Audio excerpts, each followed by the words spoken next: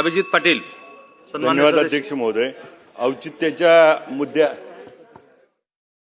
औचित्याच्या मुद्द्यानिमित्तानं माढा व पंढरपूर तालुक्यात त्या ठिकाणी विधानसभा मतदारसंघात सध्या रात्री शेतकऱ्यांना पहाटे 4 ते संध्याकाळी 6 3 फेज लाईट दिली जाते, परंतु त्याच्यात 3 फिडर असल्यामुळं त्या 3 ते 4 तास त्या ठिकाणी लाईट दिली जाते.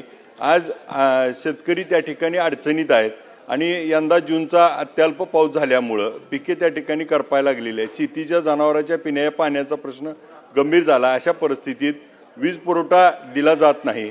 याशिवाय संध्याकाळी 6 ते सकाळी पहाटे 4 पर्यंत रात्री 6 ते 10 मध्ये त्या ठिकाणी सगळी सिंगल फेज लाईट बंद केली जाते. वाड्या वस्त्यावर त्या ठिकाणी लाईट नाही आणि मग दूध काढायच्या मशीन असतील, घरातील शेतकऱ्याचे त्या ठिकाणी उपकरणं असतील, शाळेचे विद्यार्थी त्या ठिकाणी अभ्यास असेल, घरातला स्वयंपाक माऊली करत असताना त्या ठिकाणी चोरीच्या घटना त्या ठिकाणी वाढायला लागल्यात.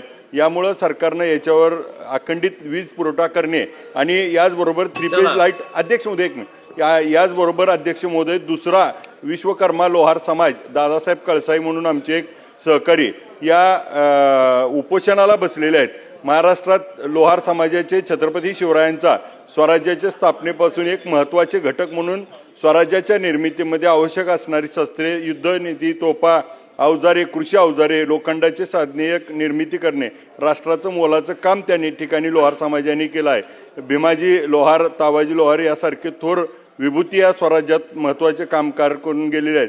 महाराष्ट्रात सुमारे 33 लाख लोकसंख्या असलेला लोहार समाज इतिहासात मोठे योगदान देणारा आहे. शासनाने सवलतीच्या विकासाचा मुख्य प्रवाहात आणण्यासाठी अध्यक्ष महोदय उद्योगधंद्याला त्या ठिकाणी